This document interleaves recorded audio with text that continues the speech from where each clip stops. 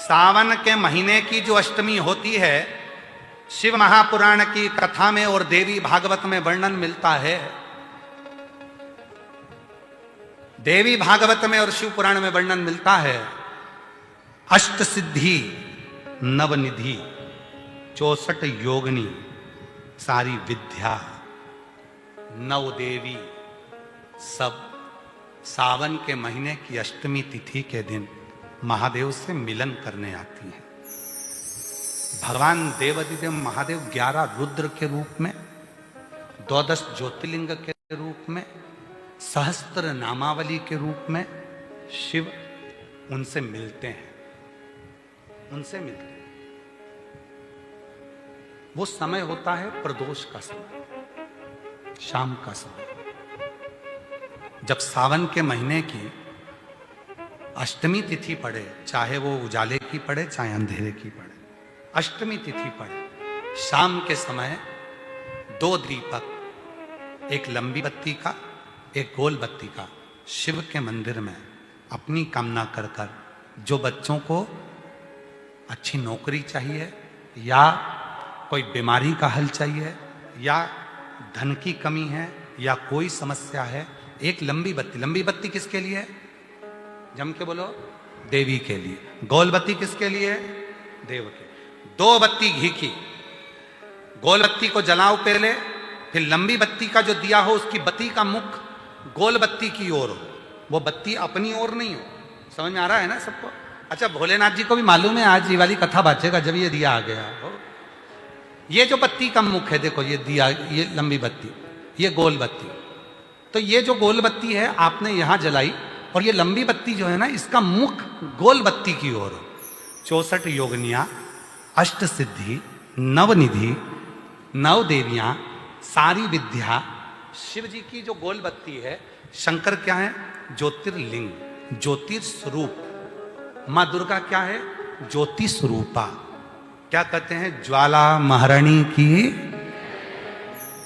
ये ज्योति के रूप में जब हम गोल बत्ती के सामने अष्टमी के दिन प्रदोष के समय पर लंबी बत्ती का दीपक, पहले गोल बत्ती का दिया जलाया, फिर ये लंबी बत्ती का मुख उधर की ओर कर कर दीपक को जब हम प्रज्वलित करते हैं और अपनी जो कामना दोनों दीपक के सम्मुख में करते हैं, वो कामना पूर्ण होकर ही रहती है। पर करना क्या है? दोनों अष्टमी पर, सावन के महीने में जो उजाले पक्ष की अष्टमी आएगी उस पर भी करना है, और जो अंधेरे पक्ष की आएगी उस पर भी करना है। बड़ी सुंदर दीप बनाया है, जोरदार ताली बजाओ जिसने बनाया। उजाले पक्ष की भी अष्टमी लीजिए और अंधेरे पक्ष की भी अष्टमी लीजिए। कुछ नहीं करना, केवल प्रदोष काल में पहुंच जाओ बाबा देवाधिदेव महादेव के मंदिर में। एक दीपक, दोनों दीपक साथ में रखो। एक दीपक गोल बत्ती का पहले जलाओ, लंबी बत्ती का दीपक का मुख गोल बत्ती की ओर करो, प्रज्वलित करो और बाबा को अपने मन का भाव करो। बाबा को अपने मन का। बड़ा सुंदर महाराज, शमी के 5 पत्ते, बेलपत्री के 5 पत्ते, बेर के 5 पत्ते। क्या क्या चीज है जरा जम के बोलो? शमी के 5 पत्ते, बेर के 5 पत्ते और बेलपत्री के 5 पत्ते। महाराज, श्रावण महीने की दोनों अष्टमियों में से कोई भी अष्टमी, ये भी जरूरी नहीं है कि सोमवार की ही अष्टमी थी। श्रावण महीने की दोनों अष्टमियों में से कोई भी अष्टमी को बेर के पत्ते पर लाल चंदन, बेलपत्री के पत्ते पर पीला चंदन, शमी के पत्र पर केवल कोई चंदन लगाने की जरूरत नहीं, सादा, केवल एकदम कुछ भी उसमें लगाकर नहीं, सिंपल। पहले लाल चंदन वाले पत्ते, फिर बेलपत्री के पत्ते, फिर शमी के पत्ते शिवलिंग के ऊपर समर्पित कर कर उसको उठाकर वापस लाकर बेलपत्री के पेड़ के नीचे ही 1 लोटा जल समर्पित कर कर पहले पत्ते चढ़ा देंगे, फिर लोटा भर जल समर्पित कर देंगे। उसी चढ़े हुए पत्तों में से 5 बेलपत्र को लेकर अपने घर आ जावे और अवधूतेश्वर महादेव, कौन से महादेव? अवधूतेश्वर महादेव। ये अवधूतेश्वर महादेव कौन से हैं? आपको कथा में कई बार वर्णन करा गया है। शंकर भगवान को क्रोध आया, ब्रह्मा जी ने क्रोध को लिया, समुद्र में डाला। उस रूप को क्रोध का एक रूप था, क्योंकि जो मदिरा पान करने वाले होते हैं, व्यसन करने वाले होते हैं, गलत काम करने वाले होते हैं, इनको सुधार कर जाओ। जितना तुम समझाओगे ये उतना बबूला होंगे। तुम बच्चों से कहोगे गलत लड़के के साथ रह रहा मत रहे, तो और ज्यादा क्रोध करेगा, और चिड़चिड़ करेगा, और अपशब्द कहेगा। तो ये क्रोध को संयमित कर देगा। अवधूतेश्वर महादेव, अवधूतेश्वर महादेव का स्मरण कर 5 पत्तों को लेकर आइए। कुछ समय बाद जैसा जैसा समय की अनुकूलता मिले, आप किसी मदिरा का पान करने वाले या किसी व्यक्ति को वो पत्ते दोगे या प्रसाद के रूप में दो तो अच्छी बात है, नहीं तो उस पत्ते का थोड़ा थोड़ा भाग भी प्रतिदिन मात्र 21 दिन तक अगर थोड़ा थोड़ा भाग भी दे दिया जाए तो धीरे धीरे धीरे धीरे मदिरा पान, व्यसन, गलत आदतें छूटना प्रारंभ हो जाती है और वो शंकर की शरणागति ग्रहण करते हैं। महाराज शिव अर्चना, ये तो अभी अभी लोगों की थोड़ी सी सोच गलत हो गई। ये दुनिया के लोगों को ये तो मालूम नहीं है भगवान शंकर के लिए। हाँ, शंकर भगवान के पास में भांग रहती है, शंकर भगवान के पास में भांग रखी हुई होती है। शंकर भगवान का भांग का श्रृंगार होता है, क्योंकि उसको बूटी के रूप में, औषधि के रूप में लिया जाए। पर कोई कहे कि शंकर भगवान भांग का नशा करते हैं, तो ये संसार के लोगों को समझा देना कि शिव भांग का नशा, मेरा भोलेनाथ भांग का नशा नहीं। शिवलिंग पर, शंकर भगवान के शिवलिंग में 3 जगह ऐसी है जहां पर पुष्प या इत्र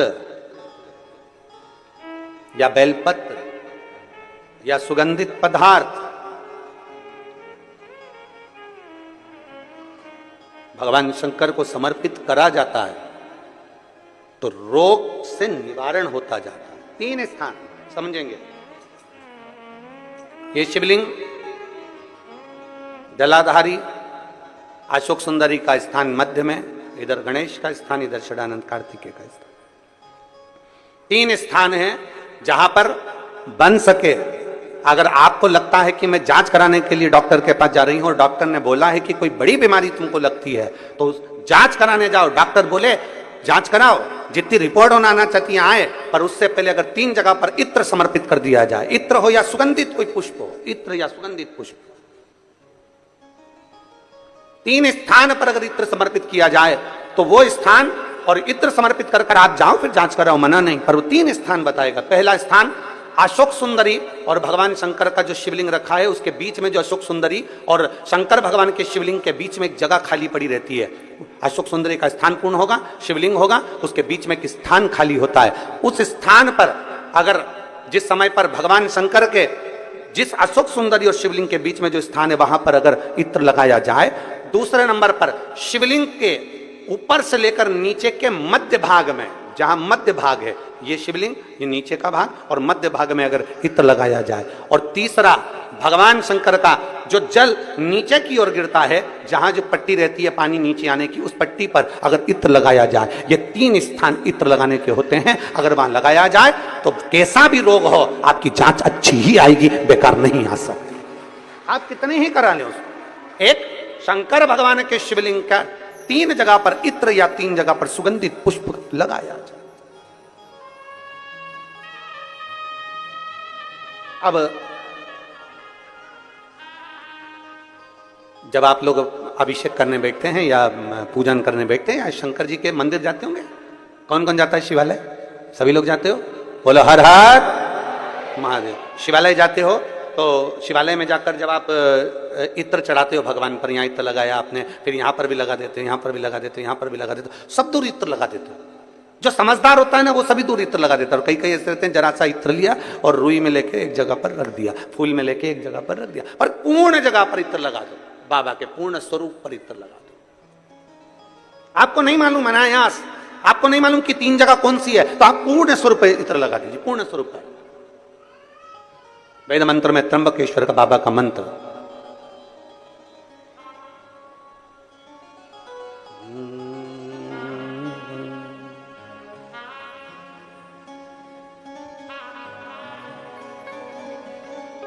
महामृत्युंजय मंत्र, वेद मंत्र का बड़ा सुंदर मंत्र, जिसका हम उच्चारण पूर्ण रूप से नहीं करते हैं व्यासपीठ से, उसको हम मंत्र को मन में गुनगुनाते हैं। एक बार आप भी बाबा के मंत्र को मन में गुनगुनाइए।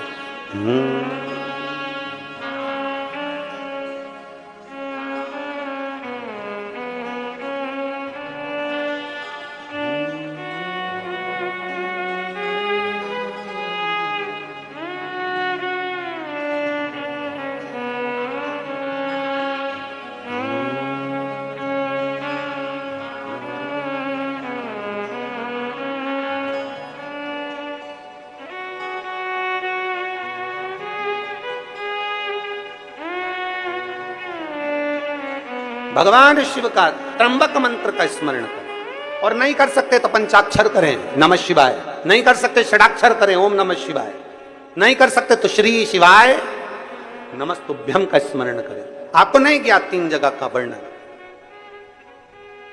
यहां तक शिव कथा कहती है। ये जो कई लोग कहते हैं हमारे कोई बच्चा जन्म से जो होता है ना, और कई बच्चे से जन्म से होते हैं जिनकी बुद्धि विकास नहीं कर पाती है। डॉक्टर कहते हैं ये बच्चा अन्य बच्चे से 2 साल 4 साल 3 साल 6 महीना पीछे चलेगा।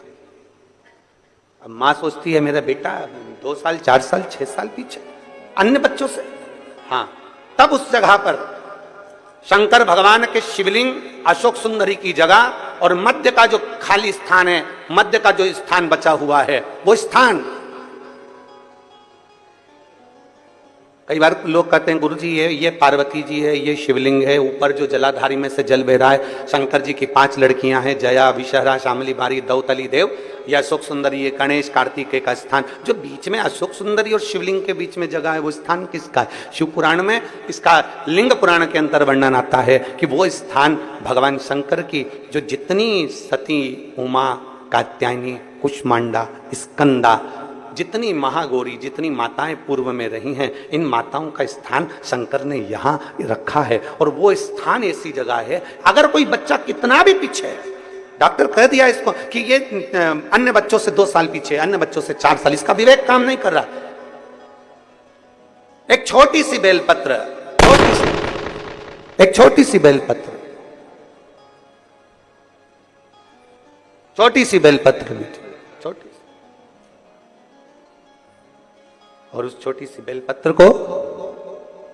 बेलपत्र को उस स्थान पर अशोक सुंदरी की ओर डंडी कर उस स्थान पर छोटी सी बेलपत्र को रखिए और 3 बार उसी स्थान पर जल समर्पित कर वही बेलपत्र बेटे को लाकर बच्चे को, वो खाए ना तो पीस कर कैसे भी उस बच्चे को धीरे धीरे देना चालू करिए। आप खुद अंतर देखेंगे कि 3 महीने 4 महीने में उसका उसके विवेक में, उसकी बुद्धि में अंतर आया कि नहीं। वो स्थान की मूलता। इसलिए शिव महापुराण की कथा कहती है देवी जी का एक स्वरूप अरण्यानी, जो आज भी भारत की भूमि पर कई मंदिर हैं माता के, उसमें एक प्रसिद्ध मंदिर है बिहार में, बिहार के भोजपुर में मां अरण्या का मंदिर है, अरण्यानी माता, अरण्या देवी का, बिहार के भोजपुर में, जो 80 घाट पर बैठकर महाराज आसी नदी के तट पर जो माता ने जो तप साधना करी 80 में, वो तप साधना का कि ये सब दुखी क्यों है, और इसीलिए आज भी नियम है महाराज, आज भी नियम है। अगर बहुत दुखी मनुष्य होता है, बहुत तकलीफ में होता है, बहुत कष्टप्रद होता है, उसके दुख का जब कोई निवारण ही नहीं होता, कहीं कोर्ट का केस, कचहरी, थाना, पुलिस, डॉक्टर, कहीं एक्सीडेंट, कहीं फैक्ट्री चलती चलती बंद हो गई, व्यापार चलता चलता बेकार हो गया, हर तरह से जब वो हताश हो जाता है तब,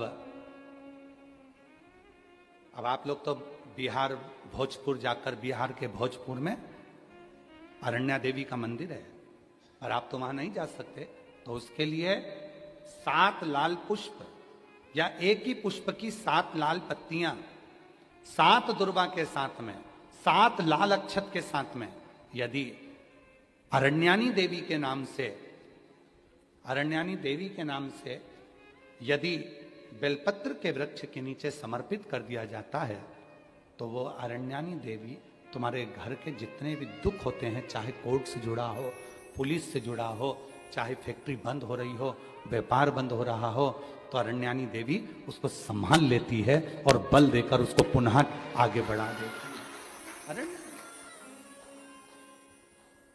वरुणा और असी जिसके बीच में बसी है वाराणसी, ये असी साधारण नहीं है, ये वरुणा साधारण नहीं है। आप लोग तो सब वाराणसी के निवासी हो, तो आप लोगों को ज्यादा ज्ञान होगा कि इन नदियों के तट पर बैठकर कितनी साधना हुई होगी। क्यों भगवान वाराणसी में आकर बस गए, क्यों भगवान ये 2 नदियों के मध्य में आकर बस गए, ऐसा क्या हुआ? वरुणा और असी ने ऐसा कौन सा पुण्य फल पाया था जो ये गंगा मैया उनसे मिलने के लिए आ गई? ये गंगा का संगम हो गया। गंगा तो काशी में थी ही नहीं, गंगा तो काशी में थी ही नहीं।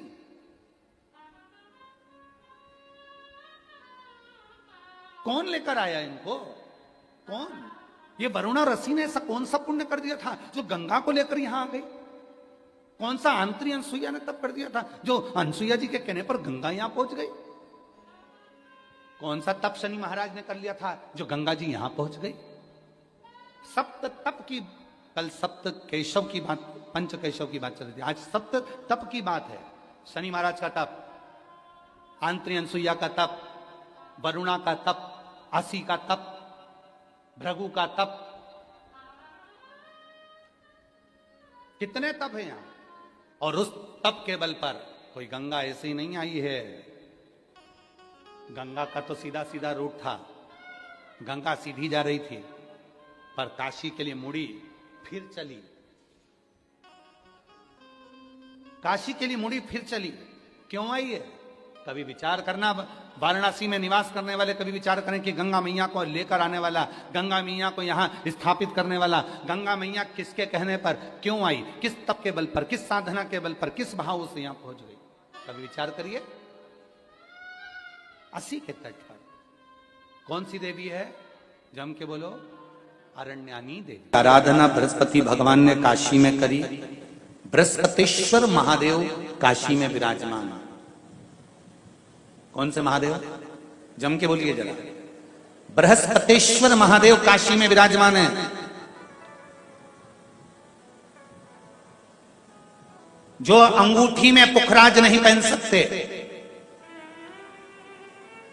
जिनकी भाग्य रेखा उल्टी चल रही हो, बृहस्पति चमक ही नहीं रहा हो, जिस काम में हाथ डालते हैं वो काम पूरा ही नहीं होता हो, तो एक बार काशी जाना, बृहस्पतिश्वर महादेव का स्पर्श करना, उनका अभिषेक पूजन करना और उनका स्पर्श कर कर एक बेलपत्र ब्राह्मण देवता से मांग कर लेकर जाना कि इन बृहस्पतिश्वर महादेव से मुझे एक बेलपत्र दे दो।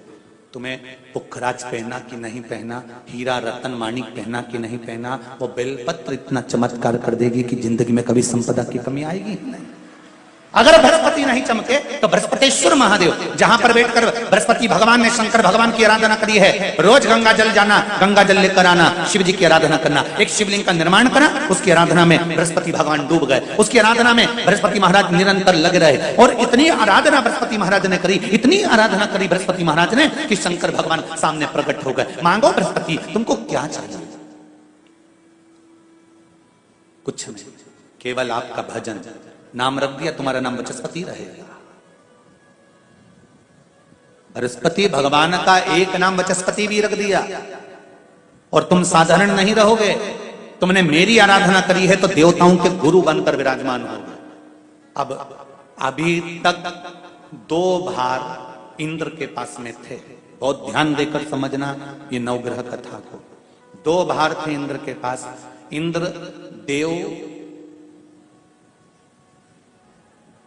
देवताओं के गुरु भी बनकर बैठे थे, देवगुरु बृहस्पति की जगह पूर्व में इंद्र ही देवगुरु का पद संभाल रहे थे, और देवराज का पद भी इंद्र के पास में था।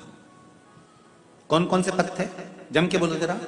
पहला पद देवराज इंद्र का, दूसरा पद देवगुरु, देवगुरु का पद भी इंद्र के पास में था और देवराज का पद भी इंद्र के पास में था। ये दो पद जब होता है साधारण भाषा में, आप ले लीजिए, किसी के पास में अध्यक्ष का पद भी है, किसी के पास में और कहीं का पद भी है, 2-3 पद उसके पास में विराजमान है, तो उसके पास में 2-3 पद अगर विराजमान है तो फिर उससे अगर एक पद ले लिया जाता है तो उसको अहंकार आ जाता है, उसको गुस्सा आ जाता है कि बताओ अभी तक तो मुझे पूछा जा रहा था, अब तुम तो वो पद पे भी जान दो। जैसे तुम किसी कुर्सी पर बैठे हो, कथा सुन रहे हो, और इतने में कोई रिश्तेदार बाहेती जी का आ गया और तुम बढ़िया आराम से बैठे थे, और बैठे बैठे इतने में बाहेती परिवार से कोई आया और उसने तुमको उठाया, प्लीज थोड़ा सा, और तुम्हें उठाकर दूसरी जगह बिठा दिया, और उन्होंने अपने वाले को कुर्सी पर बिठा दिया। अब बोलो, जो उठा, जिसको उठाया था, उसका भगोने जैसा मुंडा हुआ कि नहीं हुआ? अरे बोलो तो, अपन दूर कथा नहीं जाते, कथा अपन अपने ऊपर लेके चलो कि अपन कैसे समझें इस कथा को। बहुत अगर गहन तत्व की कथा सुनेंगे तो समझ में आएगी नहीं, यहां से सुनी, यहां से निकाल दी, बच्ची कुछ दी, ऊपर से निकल गई, और मालूम पड़े थोड़ी देर बाद माताएं कुर्सी पे बैठी बैठी। अब फिर तो अपन तो अपने पर लेकर चलो ना, कि जैसे कोई, आप कुर्सी पर बैठ गए और इतने में इनके रिश्तेदार कोई आए, और आने पर उन्होंने कह दिया तुम यहां से उठो, दूसरी जगह जाके बैठो, इतने में तुमको बुरा लग गया, बुरा लगा, मुंह भगोने जैसा हो गया, गुस्सा आ गया। उसी तरह इंद्र के पास में 2 सत्ता थी, एक देवराज इंद्र थे और दूसरे गुरु का पद भी इंद्र के पास में था। देवताओं के गुरु बनकर इंद्र घूम रहे थे, पर अब उल्टा हो गया। शंकर भगवान ने बृहस्पति महाराज को देवगुरु बना दिया। अब जैसे देवगुरु बनाया तो इनका इंद्रदेव का मुंह, अरे बोलो तो तुम, भगोने सा हो गया, कुर्सी उतरी कि मुंह भगोड़ा। अब इनका मुंह भगोने जैसा हो गया तो गुस्सा तो गुस्सा। इतने में इंद्र ने, बृहस्पति महाराज देवगुरु बन गए, इंद्र सिंहासन पर बैठे थे, अप्सराओं का नृत्य देख रहे थे, वहीं से देवगुरु बृहस्पति का आगमन हुआ। बृहस्पति महाराज जैसे ही आए तो इंद्र तो सिंहासन पर बैठकर पूरा अप्सराओं का नृत्य देख रहे थे, उनको देवगुरु बृहस्पति से मतलब ही नहीं था।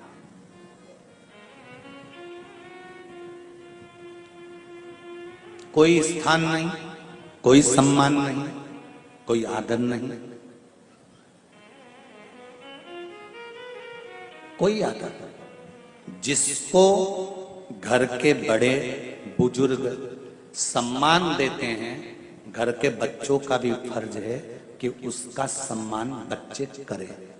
सही है कि गलत है?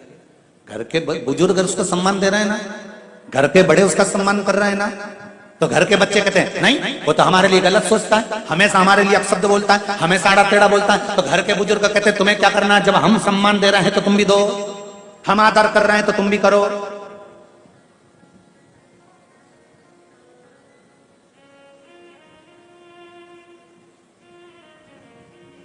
पर नहीं महाराज, आदर आप भी करो, सम्मान आप भी करो, पर वो आदर, वो सम्मान बहुत मुश्किल। अब जब बृहस्पति महाराज का सम्मान नहीं हुआ, बृहस्पति महाराज वहां से उठकर चले गए, बोले नहीं। जो समझदार होता है वो तुरंत कह देता है कोई बात नहीं, मैं चले जाता हूं, कोई मुख पर क्रोध नहीं, कोई चिड़चिड़ प्रवृत्ति नहीं, कोई अपशब्द नहीं। एक बात मैं आप सबको कहना चाहूंगा, किसी जगह पर यदि आपका अपमान हुआ है, बहुत ध्यान देना जरा, कथा थोड़ी भारी है पर समझ लोगे आप।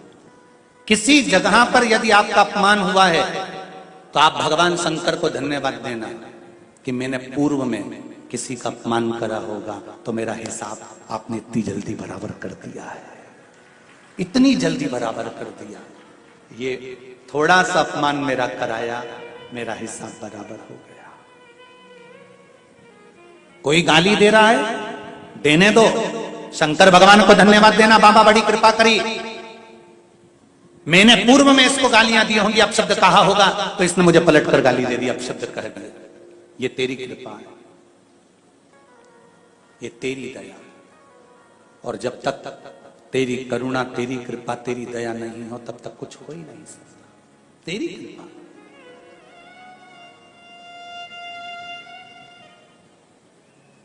भगवान से कहो, हे देवाधिदेव महादेव, मैं ये नहीं कहता कि मुझे रोने मत देना,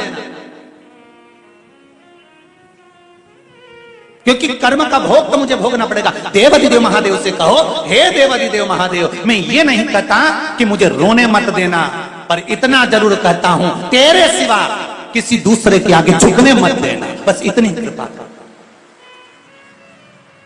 मैं ये नहीं कहता कि मुझे रोने मत देना, बस तुझसे निवेदन है कि केवल तेरे दरबार के अलावा किसी दूसरी जगह पर मुझे झुकने मत देना, क्योंकि मैं जानता हूं अगर तू मुझे अपना समझता है, झुकने नहीं दे सकता, तो फिर रोने भी नहीं देगा। जैसे छाता पानी में जरूरी है, उसी तरह शिव का नाम दुख के समय में जरूरी है, तकलीफ के समय में जरूरी है, कष्ट के समय में जरूरी है।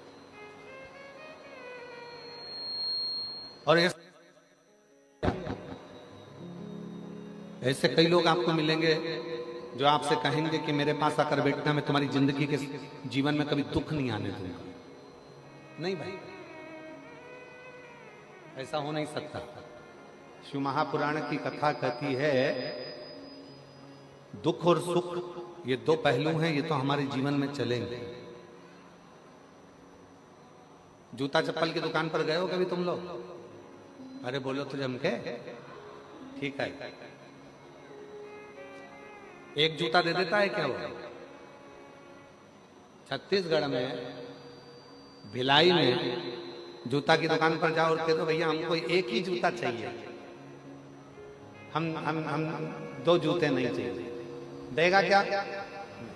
वो कहेगा नहीं साहब, जूता तो जोड़ी से मिलेगा। 8 नंबर का जूता चाहिए तो 2 पहनने के लिए 2 पाँव में मिलेगा। और तुम क्यों नहीं साहब, हम कथा में गए थे, हमारे जयंती स्टेडियम में हमारा एक जूता चले गया है 8 नंबर का, ये डिजाइन का दूसरा दे दो, ये देगा? अरे बोलो तो नहीं देगा। क्या कहेगा?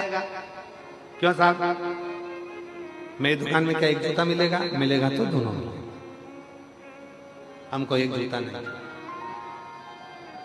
दोनों जूते। दुकान पर जाओ जूता की, तो जूता की दुकान पर जाओगे तो जोड़ी से जूता मिलता है। उसी तरह परमात्मा जब जन्म देता है तो सुख और दुख दोनों जोड़ी से देता है, हमारे जीवन को जीने के लिए वो जोड़ी से देता है। सुख भी देगा और दुख भी देगा। अब आपको सुख अगर मिल गया है, सुख की अनुभूति हो गई है कि मेरे गाड़ी भी है, बंगला भी है, जमीन भी है, जायदाद भी है, संपदा भी है, सब कुछ है, तो हो सकता है शरीर में थोड़ा कष्ट देगा,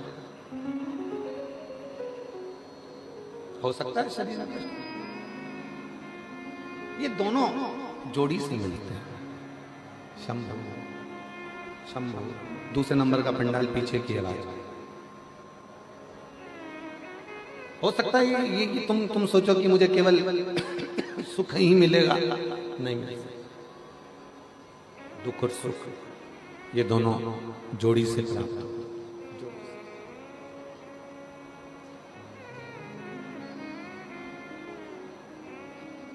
और जब आपने ये विचार कर लिया कि मेरे अंदर वो आत्मविश्वास है, मेरे अंदर वो विश्वास है कि मैं शिव का नाम लूंगी, एक लोटा जल चढ़ाऊंगी और एक लोटा जल चढ़ाने के बाद मेरा जो दुख है वो धीरे धीरे धीरे धीरे पूरा समाप्त हो जाएगा।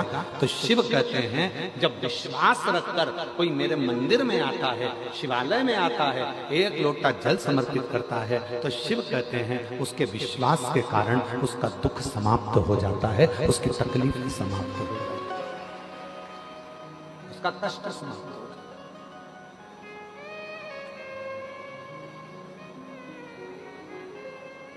अब लोग क्या करते हैं, सियोर वाले बाबा जी ने एक लोटा जल चढ़ाना बताया, बेलपति चढ़ाना बताई, सियोर वाले बाबा जी ने कहा कि नीला पुष्प चढ़ा देना, सियोर वाले बाबा जी ने कहा ये तुमने क्यों कब चढ़ाया? जब तुम्हारे अंदर विश्वास प्रबल हो गया, जब तुम्हारे अंदर भरोसा प्रबल हो गया, जब तुम्हारे अंदर दृढ़ता प्रबल हो गई, जब तुम्हारे अंदर शिव के प्रति प्रेम प्रबल हो गया, और ये विश्वास, ये दृढ़ता, ये भक्ति जब भीतर प्रबल हो जाती है, तब जाकर अपने जिंदगी के सारे दुख मिटना प्रारंभ हो जाते हैं और सुख आना प्रारंभ हो जाता है।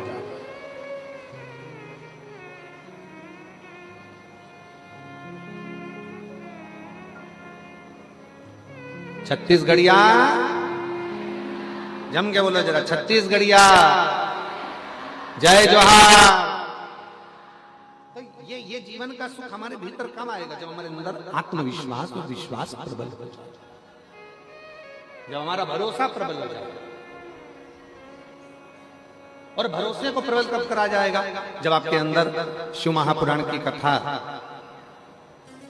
भीतर समाहित होती चली जाएगी, अपने भीतर भगवान शंकर की कथा समाहित होती चली जाएगी, और तुम्हारे अंदर ये भाव आ जाएगा कि अब मैं पूर्ण तरह से पक चुका हूं और मुझे मालूम है कि सारी समस्या का हल एक लोटा जल। ये मुझे मालूम है कि सारी समस्या मेरी मिटेगी।